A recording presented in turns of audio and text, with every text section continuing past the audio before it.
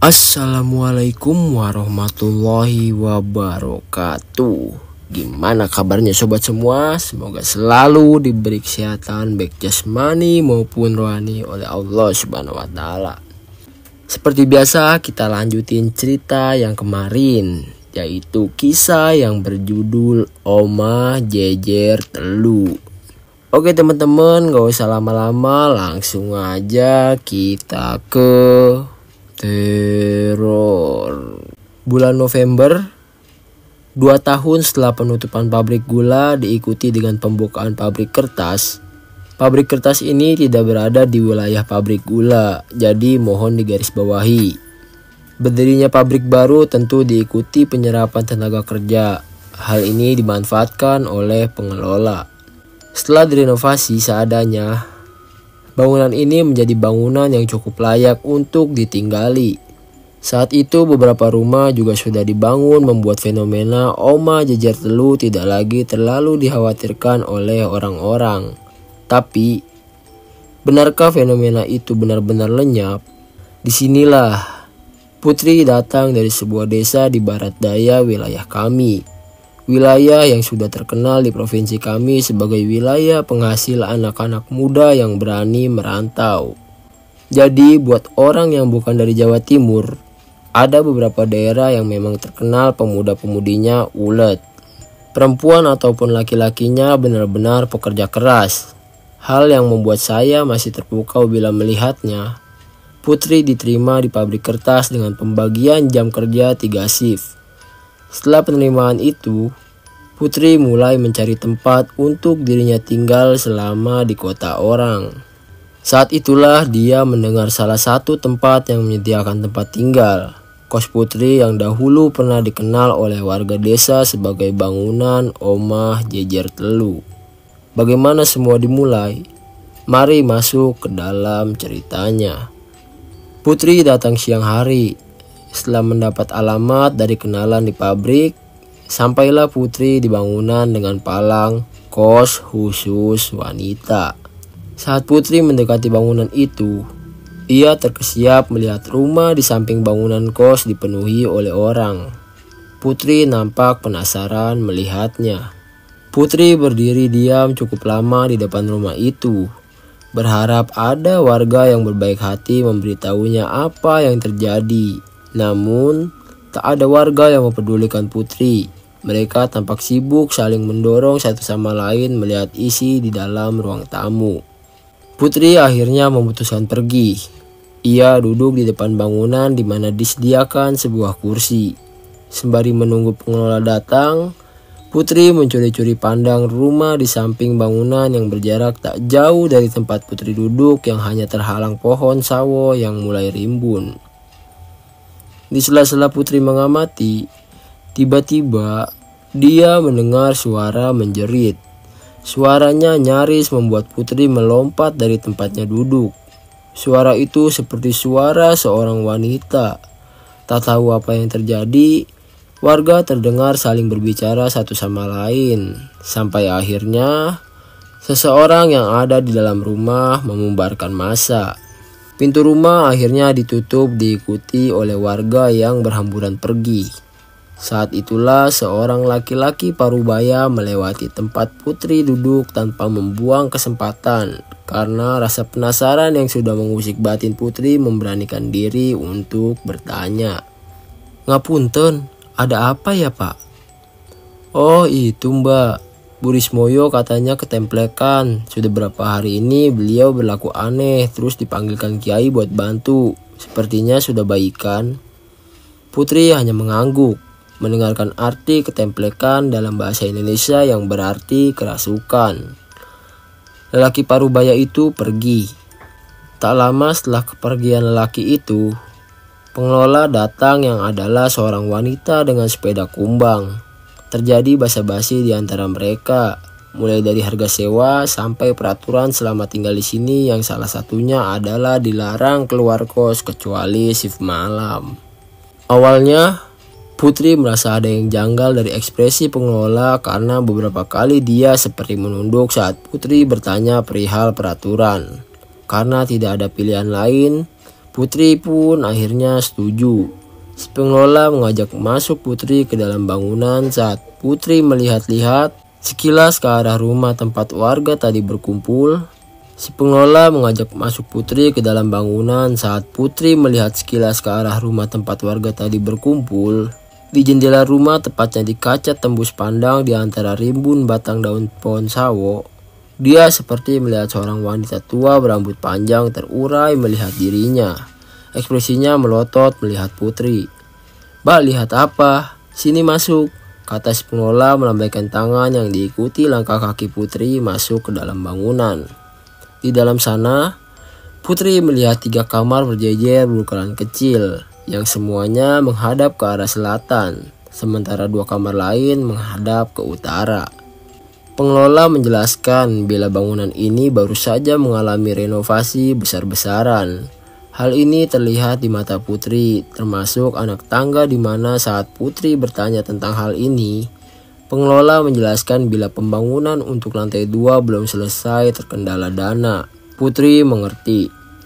Pengelola mengantarkan Putri ke kamarnya, menjelaskan bila Putri adalah penghuni keempat dari 5 kamar, yang artinya ada 1 kamar kosong. Sialnya, Putri mendapatkan kamar di samping kamar kosong itu, tepatnya kamar yang menghadap ke utara. Setelah menyelesaikan pembayaran dan serah terima kunci, pengelola akhirnya pamit.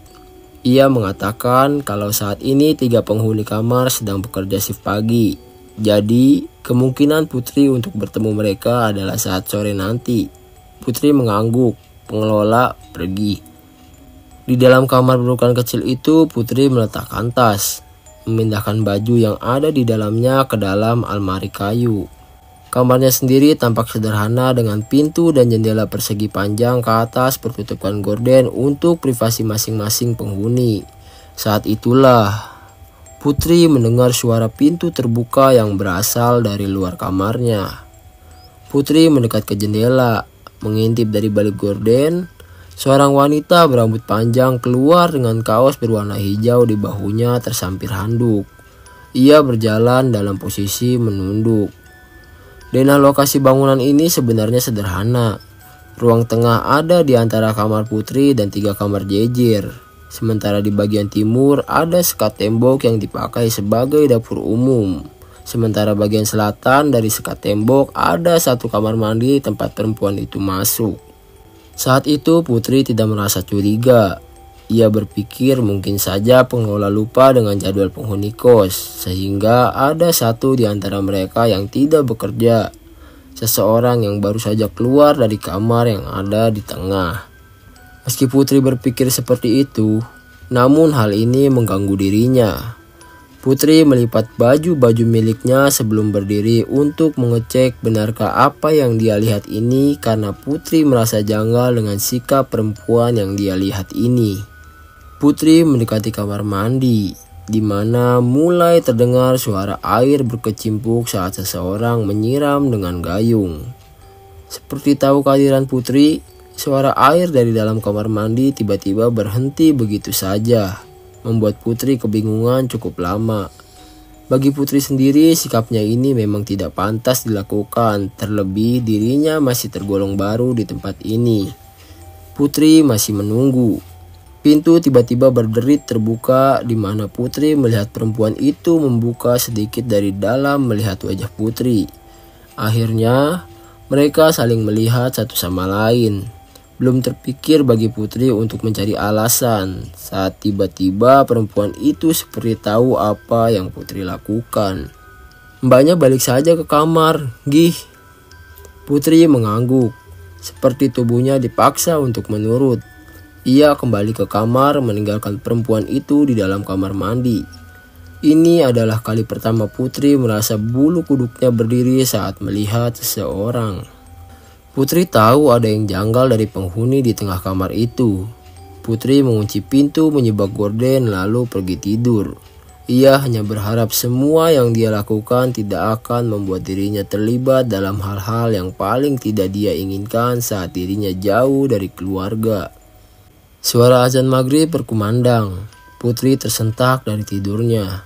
Ia merasa linglung sebentar saat dari luar terdengar suara perempuan sedang tertawa-tawa.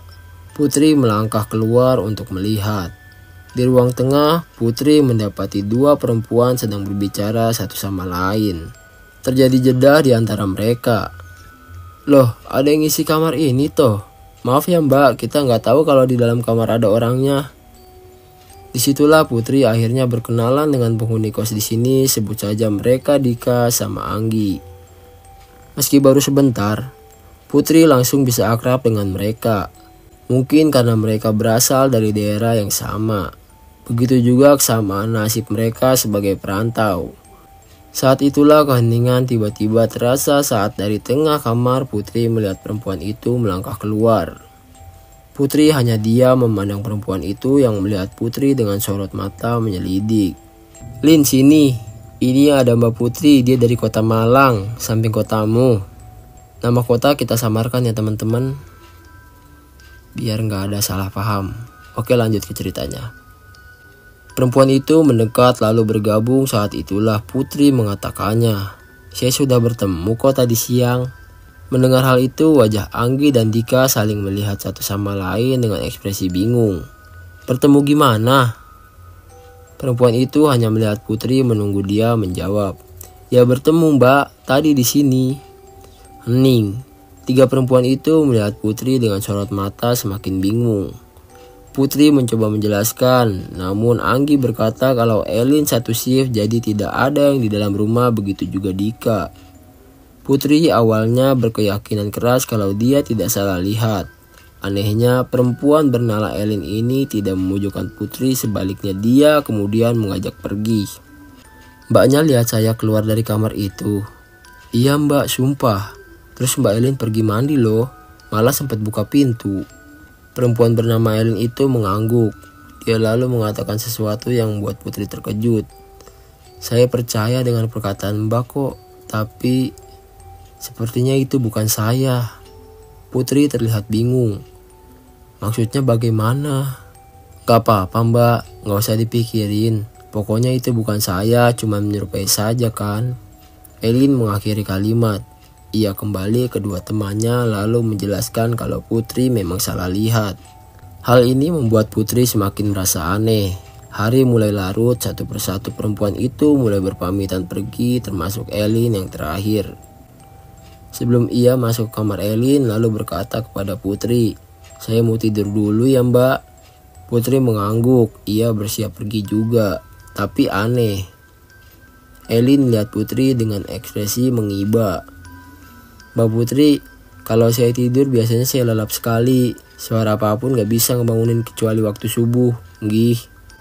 Meski terdengar aneh cara bicara perempuan ini, Putri hanya mengangguk-angguk saja. Putri pun masuk kamar. Putri sudah mematikan lampu di kamarnya. Ia bergegas naik ke atas dipan. Jam di atas meja menjadi satu-satunya suara yang Putri dengar. Matanya mulai mengantuk.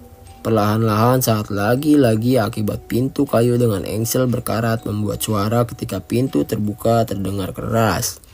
Awalnya Putri hanya terbangun sesaat. Lalu ia kembali mencoba tidur, namun suara pintu terbuka kembali terdengar seperti sengaja diperdengarkan. Putri membuka mata. Kali ini ia mau melihat. Dengan langkah kaki perlahan, Putri membuka gorden. Saat di kaca jendela, ia melihat Elin. Putri hanya mengamati perempuan itu yang dari tadi membuka tutup pintu. Tidak ada yang dia lakukan kecuali hal itu. Hal ini terus-menerus dilakukan oleh Elin, seakan-akan dia sengaja melakukan hal ini. Sampai akhirnya, dia melihat ke tempat Putri yang sedang mengintip. Putri tersentak. Ia segera menyibak tirai lalu menunduk bersembunyi di bawah jendela. Putri cukup terkejut melihat ini. Seperti perempuan itu tahu bila dirinya sedang diamati. Anehnya setelah itu Putri tak lagi mendengar suara pintu. Hening. Perlahan-lahan Putri kembali mencoba mengintip. Putri melihat Elin yang masih berdiri di muka pintu kamarnya. Melihat lurus ke arah jendela tempat Putri mengamati.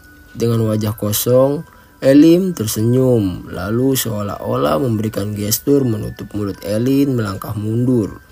masuk ke dalam kamar miliknya, lalu pintu tertutup. Hal ganjil ini terus terjadi, bahkan saat Elin shift malam bersama yang lain, terkadang Putri mendengar suara-suara aneh di dalam kamar Elin, menyerupai suara tertawa namun nadanya ringkih. Sialnya dari semua penghuni di sini, Putri harus menanggungnya seorang diri. Perlahan-lahan karena mulai terbiasa, Putri tak lagi merasa takut.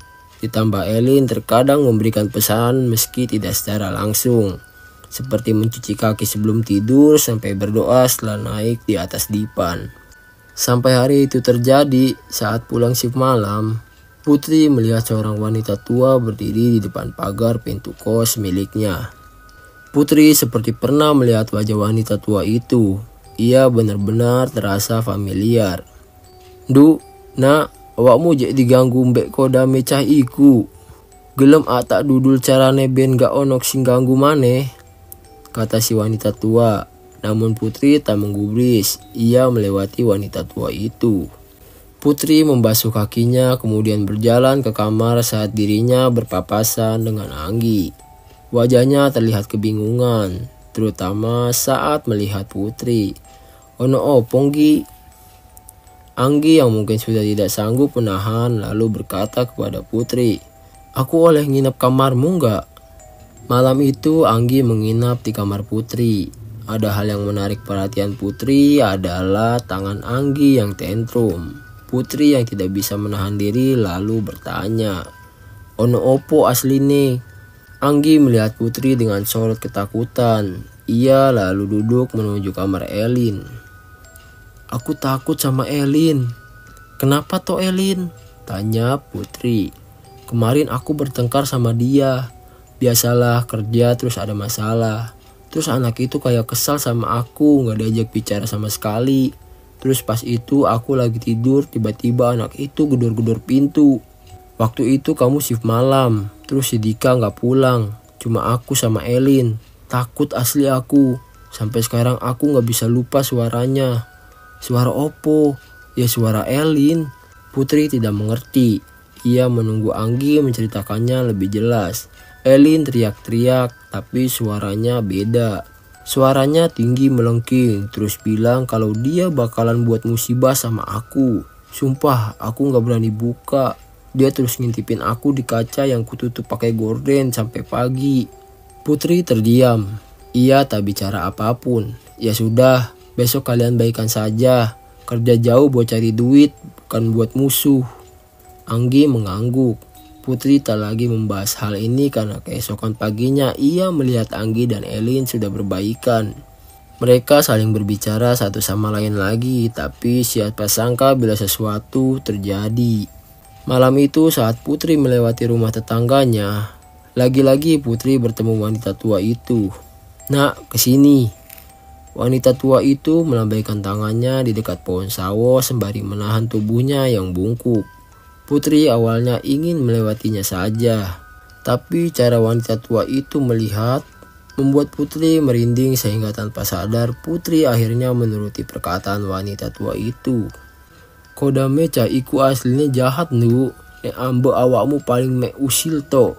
Mampiro nang kamare kencakmu, beloken dewe terus mene putusno yo opo enake, pomo umbarno." Wanita tua itu tertawa lalu berjalan masuk ke dalam rumah. Ia melihat Putri menyeringai sembari mengangguk. Tiba-tiba Putri merasa firasat yang buruk. Putri sudah berdiri di pintu kamarnya berniat masuk setelah mencuci kaki saat dia melihat kamar Anggi di mana lampu kamarnya masih menyala. Putri pun mendekati kamar Anggi, tapi tiba-tiba dari kamar Elin gorden jendelanya terbuka di mana wajah Elin muncul melotot melihat Putri. Begitu pintu kamar Anggi dibuka, Putri melihat temannya meringkuk di sudut dipan. Putri mendekati bertanya apa yang terjadi. Tapi Anggi lalu mendorong-dorong tubuh Putri saat dia menyentuhnya. Anggi terus berkata, "Ampun Lin, ampun." Teriak Anggi terus menerus. Saat itu Putri baru menyadari ada yang tidak beres. Saat itu juga Putri menggedor pintu kamar Elin. Perempuan itu melangkah keluar dengan ekspresi bingung. Putri menarik tangan Elin membawanya masuk ke dalam kamar Anggi. Saat itu Putri menceritakan apa yang terjadi. Elin bersumpah dirinya tidak pernah menggedor pintu Anggi. Ia memang terlibat masalah berdua, tapi Elin mengaku dirinya tidak merasa dendam sedikit pun. Putri akhirnya mengatakan bahwa dirinya tahu bila dia memiliki sesuatu dari pendahulunya. Saat itulah Elin mengaku, memang ada, tapi dia nggak sampai mencelakai. Aku sendiri bersumpah apa pernah dia sampai bikin kamu sakit. Putri lalu menggeleng. Aku kalau bisa buang pasti ku buang, tapi nggak bisa. Bapakku sendiri yang bilang nggak usah dibuang karena ini bawaan dari lahir. Malam itu Putri dan Elin akhirnya tinggal di kamar Anggi, menjaganya sampai Putri ingat dengan pesan tetangga. Wanita tua itu bisa membantu dirinya. Keesokan pagi, Putri bertamu di rumah wanita tua itu. Seorang wanita parubaya yang membukakan pintu. Ia melihat Putri menyelidik. Siapa? Putri memperkenalkan diri serta niatnya bertamu ke rumah ini. Awalnya wanita itu merasa curiga karena tiba-tiba ada orang yang ingin bertemu ibunya yang sedang terbaring sakit. Namun karena niatnya baik, sehingga wanita yang memperkenalkan dirinya dengan nama Mbak Nanik itu akhirnya mau mengantar Putri bertemu dengan Ibu Rismoyo, satu-satunya wanita tua yang ada di dalam rumah ini. Putri kaget bukan main melihat wanita tua itu terbaring di atas dipan dengan tubuh kurus kering. Putri tak memperhatikan tubuhnya karena waktu itu ditutupi oleh kain sewek. Saat melihat Putri, wanita tua itu tiba-tiba bereaksi. Kesini nak. Mbak Nanik lalu melangkah pergi menuju ke dapur. Saat hanya berdua dengan Putri, di dalam kamar tiba-tiba Ibu Rismoyo meminta Putri menutup pintu lalu menguncinya. Meski ini terdengar aneh, namun Putri melakukannya. Setelah mengunci pintu, Putri berbalik, tapi tiba-tiba ia dikejutkan dengan Ibu Rismoyo yang sudah berdiri mencengkram wajah Putri. Diam! Putri tiba-tiba merasa takut. Ia begitu terkejut wanita tua ini melakukan hal ini. Ibu Rismoyo lalu menutup jendela kamar. Begini caranya. Malam Jumat nanti di sebelah kamar mandi ada keramik nomor 1. Bongkar isinya, di dalamnya ada sebuah botol berisi kertas. Ambil lalu buka dan baca yang keras. Kamu dan temanmu tidak akan lagi diganggu oleh kodam anak itu. Rumah itu akan menjadi aman tentram. Ibu Rismoyo menyeringai. Sebelum kembali ke atas dipan, tiba-tiba Mbak Nanik mengetuk pintu membuat Putri terlonjak terkejut dibuatnya. Putri pun segera membuka pintu. Mbak Nanik terlihat murka untuk apa Putri mengunci pintu ditambah jendela juga, sehingga kamar ini kekurangan cahaya. Namun Putri berdalih bila Bu Rismoyo yang menyuruh dirinya, bahkan dia sempat berdiri di sini dengan dirinya. Mbak Nanik melihat Putri dengan wajah curiga. Mana mungkin, ibu sudah gak bisa jalan setahun ini. Putri yang mendengar hal itu mengatakan bila dirinya pulang bekerja shift malam, dia sering melihat Bu Rismoyo berkeliaran, namun Mbak Nanik justru berkata bila Putri berbohong. Putri pun pergi dengan perasaan bingung. Sudah 2 hari Anggi mengajukan surat cuti. Dia memilih pulang seperti saran yang diberikan Putri tempo hari. Dika dan Elin berpamitan karena malam Jumat ini mereka mendapat giliran shift malam. Setelah mereka pergi, Putri meraih linggis yang dia sembunyikan pagi ini. Mencari letak di mana Bu Rismoyo memberitahunya. Ia pernah mendengar, mungkin saja ini adalah akar masalahnya karena bangunan ini memang terasa janggal. Dengan mengikuti perkataan Ibu Rismoyo, mungkin Putri bisa membuat tempat ini menjadi lebih baik. Setidaknya itu yang ia pikirkan. Putri mulai membongkar di tempat yang dia parkir. Benda itu disembunyikan. Berbekal linggis, ia mulai menghantamkannya mencungkil sedikit demi sedikit. Sampai dia menemukan setata rajut dari kain di mana di dalamnya terdapat sebuah botol berisikan kertas yang dilipat dengan seikat tali. Ada sesuatu yang Putri rasakan saat menyentuh botol itu. Ia tak mengerti, tiba-tiba suasana rumah ini terasa lebih sunyi, lebih dingin dari biasanya. Putri membuka botol melalui kertas yang dilipat. Perlahan-lahan ia menarik seutas tali yang melingkari kertas yang tak terlalu besar.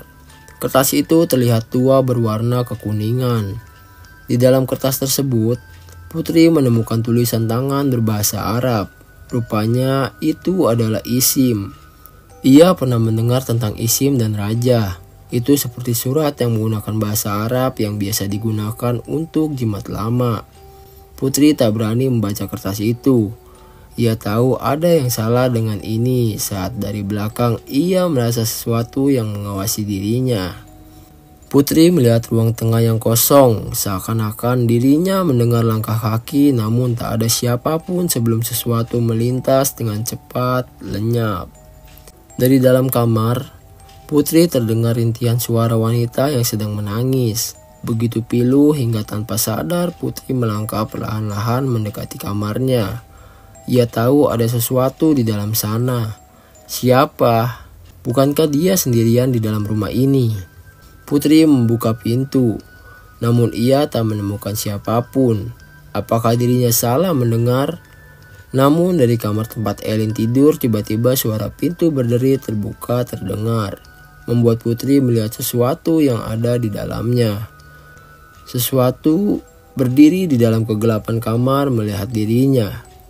Sebelum Putri mendekat, suara itu kembali terdengar. Mbak Yu. Putri kembali melihat ke dalam kamarnya. Ia mencari di mana suara itu berasal. Saat aku nang dhuwur mbak, iyo dhuwurmu. Putri mengangkat kepalanya saat di atas ia melihat wajah wanita melihat Putri, melotot. Tidak ada yang tahu apa yang dilakukan Putri. Tidak ada, karena saat Dika dan Elin sampai di rumah tidak ada apa-apa. Tapi Elin merasakan hal lain. Saat pertama Elin menginjakkan kaki di lantai kos, dia sudah merasa aneh. Udara di dalam kos terasa anyep, hambar, tidak nyaman. Tetapi Elin tidak mau mengatakan hal ini kepada Dika, karena takut Dika salah persepsi dengan apa yang Elin rasakan. Namun sepertinya tak lama bagi Dika untuk menyadari keanehan ini. Karena saat mereka menuju kamar masing-masing, di ruang tengah mereka menemukan Putri. Putri duduk di atas lantai di antara meja dan kursi dengan piring berisikan nasi yang lembek, seperti dimasak dengan serampangan, tidak matang. Putri terus menyuap nasi yang terlihat seperti muntahan itu dengan tangan kosong. Dika dan Elin merasa mual saat melihat Putri. Dika yang terkejut lalu bertanya kepada Putri, tapi perempuan itu tidak menjawab sama sekali. Elin akhirnya berjongkok mengambil piring itu dari hadapan Putri. Reaksi perempuan itu adalah melotot, memandang Elin dengan colot meremehkan. Elin merinding saat Putri memandanginya. Elin meninggalkan Putri, sementara Dika yang tidak tahu apa-apa lalu masuk ke dalam kamar, mengunci pintu. Disitulah Elin menemukan satu keramik seperti tercongkel, tapi Elin tidak berpikir apa-apa. Ia meletakkan piring lalu kembali ke kamar. Putri sudah tidak ada di ruang tengah. Elin melangkah masuk ke dalam kamar mengunci pintu. Tapi perasaannya tidak tenang. Ia memandangi kamar Putri dari jendela. Gelap sekali. Meski hari belum siang, tapi belum pernah Elin merasa segelap ini di dalam kamar Putri. Elin masih belum tahu apa yang terjadi dengan temannya. Sampai akhirnya ia baru saja menyadari di samping kamar Putri tepat kamar kosong yang belum ada penghuninya. Tepatnya di gorden ada wajah seorang kakek tua memandangi Elin. Sontak perempuan itu berkilah dan menutup rapat-rapat jendela. Elin mulai sadar di dalam kos ini berbeda. Setelah shift malam, Elin berniat istirahat sebentar. Dia melangkah ke atas ranjang. Saat tubuhnya menempel tepat di atas dipan, Elin langsung merasakan bahwa dirinya tak lagi sendirian di tempat ini. Dari celah pintu almari, seperti ada yang menguasai dirinya. Elin mulai merasa cemas. Elin ingat petua bapak. Manusia itu sensitif, tapi tidak semua bisa memaksimalkan kesensitifan ini. Saat seseorang sendirian, tapi merasa bahwa ada yang mengawasi, hal ini benar adanya. Artinya tak jauh dari orang tersebut sebenarnya sesuatu sedang mengintai, menunggu. Elin membongkar isi tasnya. Ia mencari di mana terakhir menyimpan benda itu. Semakin lama suasana di dalam kamar semakin intens. Terasa penuh namun udaranya begitu hambar. sangat tidak menyenangkan untuk ditinggali.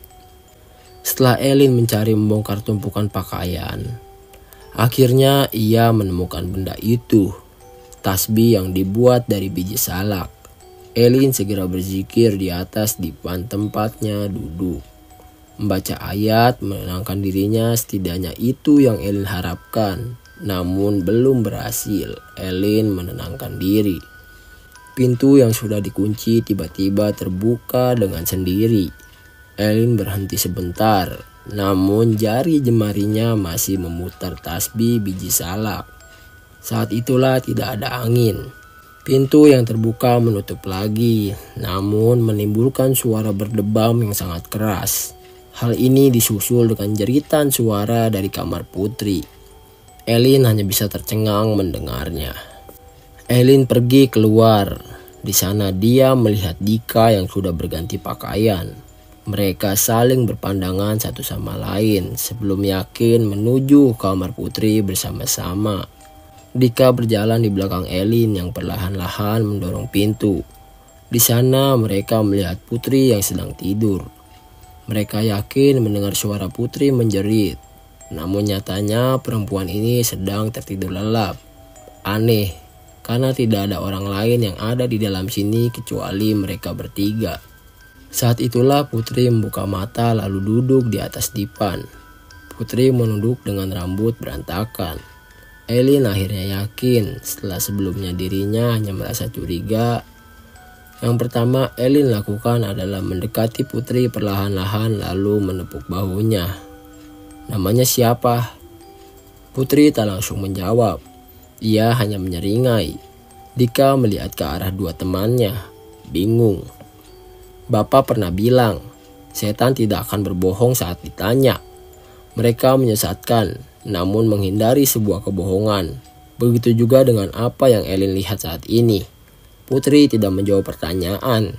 Ia menghindari pertanyaan itu dengan tertawa cekikikan. Membuat Elin merasa ngeri. Elin menyuruh Dika mengambilkan air putih. Saat Dika pergi mengambil air putih melihat Elin, jangan diulangi lagi ya, yang kamu lakukan itu gak berguna. Dika kembali dengan segelas air yang diambil oleh Elin. Elin meminumkan air putih itu kepada Putri. Lalu perempuan itu tiba-tiba menjadi tenang. Ia kembali tidur. Elin lalu pergi keluar. Dika sudah siap dengan banyak pertanyaan saat Elin mendekati kamar kosong itu. Ia mencium aroma kembang yang menyengat dari kamar itu. Elin berusaha melihat apa yang ada di dalam sana, namun tertutup oleh gorden. Dengan perasaan tidak tenang, Elin lalu berkata kepada Dika, "Putri kerasukan." Elin menjelaskan di belakang Putri ada perempuan rambutnya panjang menjilati rambutnya. Dika hanya menggeleng tak percaya. Ada batasan saat manusia tanpa sengaja melihat makhluk seperti itu adalah saat dua-duanya sedang sial.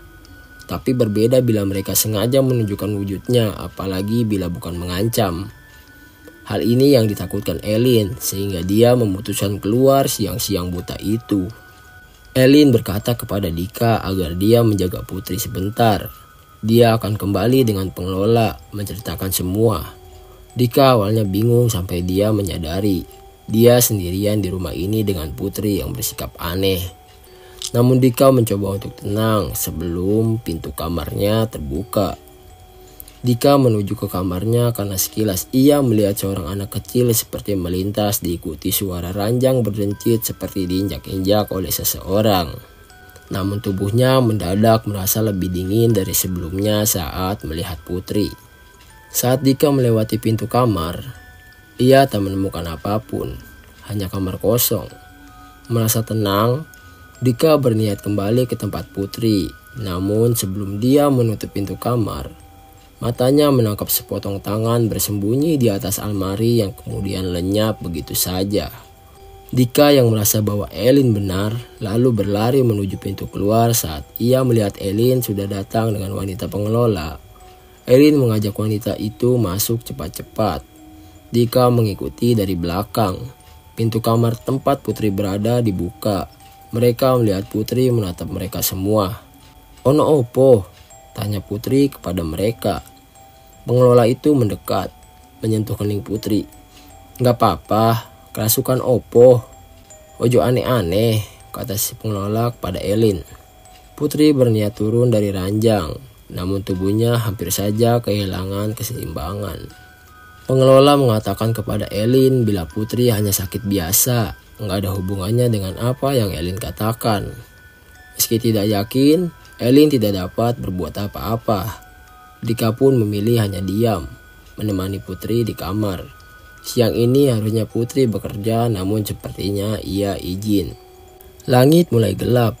Suara azan maghrib baru saja berkumandang. Dika dan Elin duduk di ruang tengah. Entah keberapa kali mereka melihat kamar Putri. Lampu di dalam kamarnya tak kunjung menyala sejak siang tadi. Setelah minum obat, membuat dua perempuan ini was-was.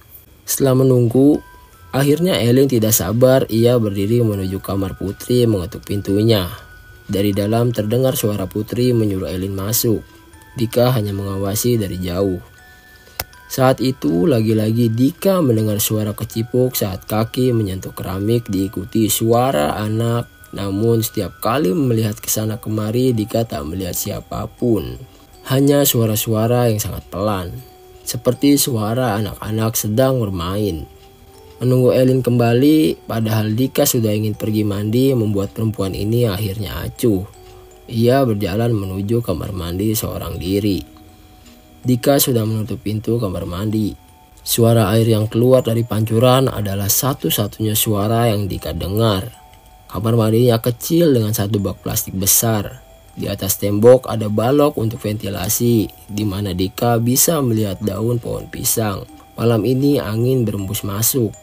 Gayung berisi air perlahan membasuh kepala Dika hingga badan.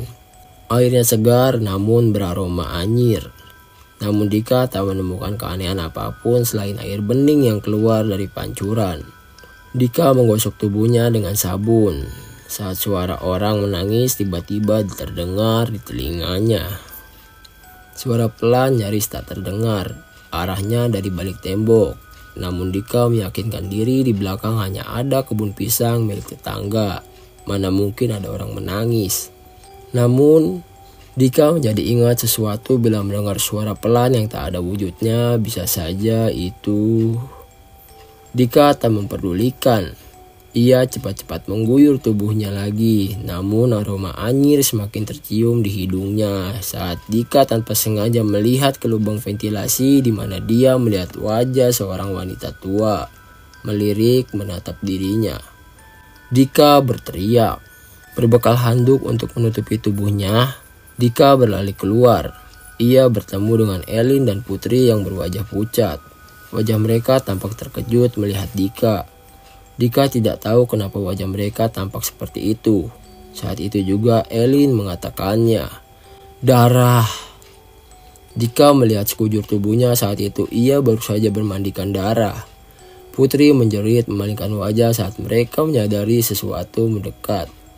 Seorang wanita tua yang Dika lihat berjalan mendekat. Ia menyeret satu kakinya. Putri menyebut sebuah nama. Burismoyo, itu orangnya Lin. Tidak apa-apa, aku gak niat mencelakai kok. Dika melangkah mundur, berdiri bersama yang lain. Burismoyo mendekat lalu bertanya, "Di mana kertasnya, Nak?"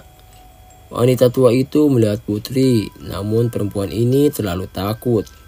Elin lalu membujuk Putri, di mana dia menyimpan isim itu. Benda seperti itu tidak baik bila disimpan. Putri masih tak berani menatap wajah Burismoyo, namun dia mencoba mengingat-ingat. Sampai Putri akhirnya ingat di mana kali terakhir dia menyimpan benda itu, di dalam perutnya. Burismoyo yang mendengarnya lalu tertawa cekikikan. Dia lalu berbalik mundur. Elin yang melihatnya segera menghentikannya. Ia bertanya apa maksudnya ini. Dengan sorot mata melotot, Burismoyo lalu melihat keseluruhan ruangan sambil menyeringai. Wes rame, truwo bareng aendu. Tapi anehnya Burismoyo sempat melihat kamar kosong itu cukup lama sembari mengedah-ngedahkan kepalanya.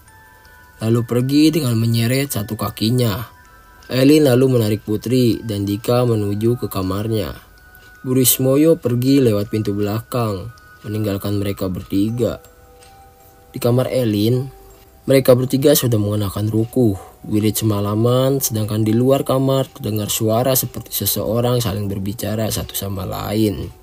Putri menghentikan wiridnya, namun Elin yang tahu akan hal itu segera menegurnya. Ia bilang cuma malam ini.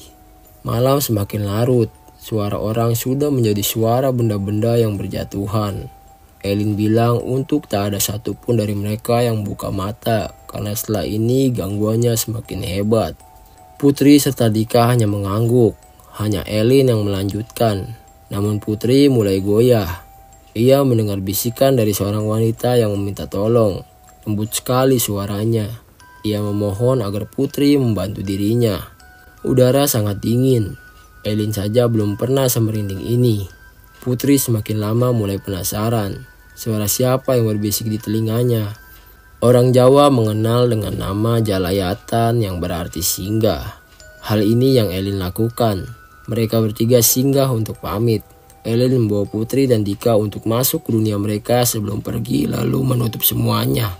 Elin membawa Putri dan Dika untuk masuk ke dunia mereka sebelum pergi lalu menutup semuanya. Sehingga mereka tak lagi sama-sama melihat. Namun Putri tidak kembali. Putri melihat langit-langit. Pandangan matanya kosong. Hal ini terjadi bahkan saat Elin menepuk pipinya berulang-ulang kali. Saat itu terjadi, Dika tak lagi merasakan suasana mengerikan itu lagi seakan lenyap. Hanya Putri seorang yang menjadi aneh. Semalaman mereka tidak tidur, menjaga Putri. Pagi ini Elin berniat mau kembali ke pengelola saat dia melangkah keluar pintu. Saat itulah Pak RT datang dengan seorang lelaki tua berpakaian putih. Melihat Elin sembari menggelengkan kepala. Putri digendong Pak RT. Ia dibawa ke kamar Bu Rismoyo. Sementara orang berpakaian putih itu berbicara dengan Mbak Nanik yang seperti marah-marah. Elin melihat Bu Rismoyo melihat anak-anak perempuan itu dengan ekspresi datar. Berbeda sekali dengan saat malam itu. Setelah terjadi dialog, orang itu pergi masuk ke kamar Bu Rismoyo bersama Putri yang hanya bisa bengong saja. Elin dan yang lain menunggu di luar. Sesuatu sedang dilakukan.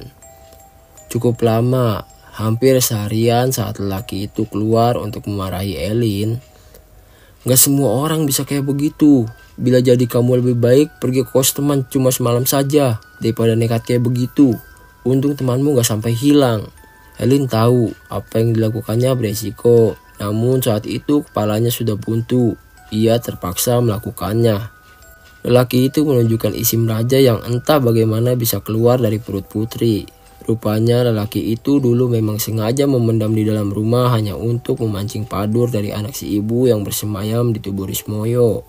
Sekarang tak ada lagi yang perlu dikhawatirkan. Ibu dan anak sudah diikat. Rumah itu masih ada penghuninya namun tak seusil apa yang dipegang lelaki itu. Lelaki itu juga mengatakan bahwa mereka sudah bisa kembali menempati rumah itu. Hanya saja ada satu kamar yang tak boleh dibuka, kamar kosong itu. Elin bertanya perihal isi di dalam kamar kosong itu. Si lelaki tak keberatan menjawab. Itu adalah rumah beraung saat tempat ini masih menjadi omah jejer telu. Tidak bisa diusir, tidak mengganggu asal tidak diganggu. Lelaki itu akan menjelaskan hal ini sama pengelola. Lelaki itu juga menjelaskan kepada Putri setelah dia siuman. Namun seperti yang Dika katakan, ada tempat kos lain yang lebih dekat dengan pabrik kertas sehingga mereka bertiga akhirnya sepakat tetap pindah. Hal ini diceritakan dari mulut ke mulut. Menjadi semacam cerita di desa saya. Namun sebelum mengakhiri cerita ini, saya akan beritahukan rumah itu masih ditinggali dan masih menjadi tempat kos yang ramai walaupun sempat sepi. Karena sepeninggalnya 3 perempuan itu, 1 perempuan kembali, namanya Anggi. Anggi menjadi satu-satunya perempuan yang tidak tahu akan hal ini. Oke teman-teman, segitu aja kisah cerita dari Omah Jejer Telu. Mohon maaf ada salah kata dalam melantunkan ceritanya. Maaf banget ya teman-teman. Tapi gue akan berusaha untuk menjadi lebih baik lagi. Untuk membuat cerita yang lebih bagus lagi. Oke teman-teman, segitu aja kisah cerita dari gue. Buat kalian yang suka silakan like, dan buat kalian yang gak suka silakan dislike, dan buat kalian yang suka banget silakan subscribe di bawah. Gue Panji Pandep, salam.